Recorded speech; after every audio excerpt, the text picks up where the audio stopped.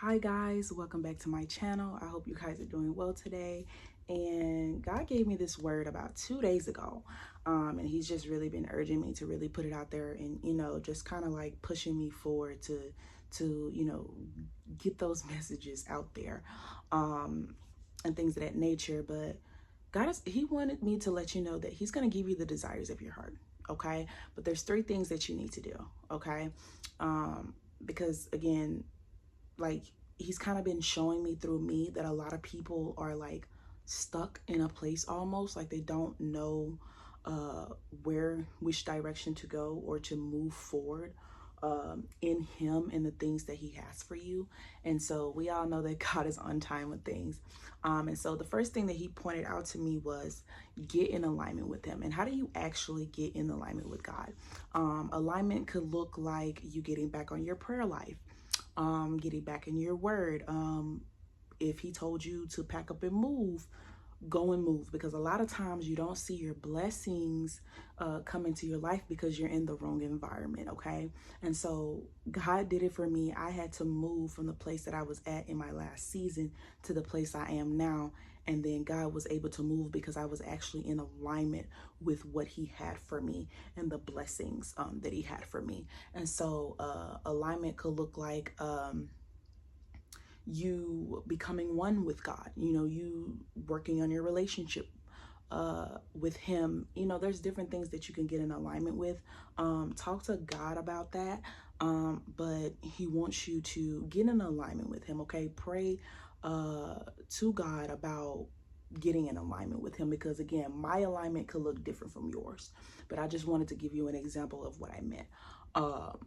And stuff like that. So yeah, he wants you to get in alignment with him so he can be able to give you your blessings that you've been praying so many years for. Okay. And the second point that he gave me was he is waiting on you to make a move. Okay. Because we got to understand that God lives on the inside of us. Okay. And so our life looks the way that it looks is because we're not making a move. And so what does that look like? God is waiting on you to step out on faith. God is waiting on you to believe the last instruction or the last promise that he told you. That's what it could look like. Okay. And God has taught me to make a move. Okay. Because a lot of times, again, we hear what God is saying, but we actually don't really believe in him because we're not seeing the results fast enough. And so, God is telling you right now that he's waiting on you to make a move. He's waiting on you to step out in faith. He's waiting on you to trust him. He's waiting on you to start the YouTube channel. He's waiting on you to reach out to that job that you really want and put in your application. Like, whatever the case may be, he's waiting on you to make a move. Okay, step out on faith. Okay, God is a God of faith. God is a God of trust and plan. Okay, and so a lot of times God didn't already worked out what he needs to work out on your end. He's just waiting on you. And a lot of times we think that we're waiting on God, and in return, he's waiting on you to make a move. And so again, pray to God to give you strength to make that move, because I didn't have to do that before. Okay, because I didn't have the strength to make a move. I didn't have the strength to get up and do the things that God has instructed me to do. And so I had to really, really pray to God and step out on faith and not lean on fear. That's the word I'm looking for. Not leaning on fear, because a lot of times right now you guys are leaning on fear instead of stepping out on faith. And God don't need you to do that anymore. Okay? He's ready.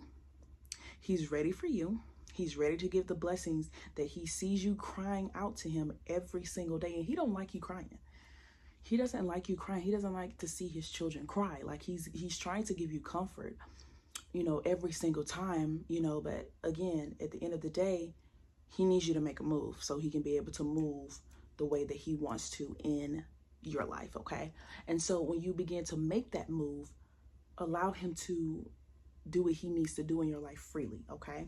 And so the third point that I really want to point out that he gave me was he has to heal you before he brings it.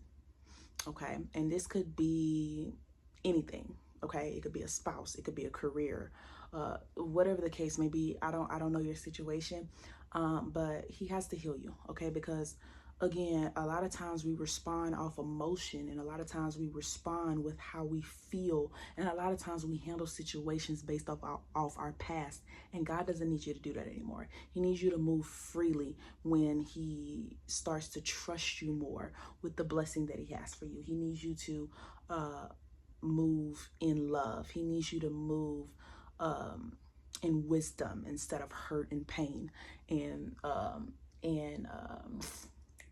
what's the word I'm looking for? Scared.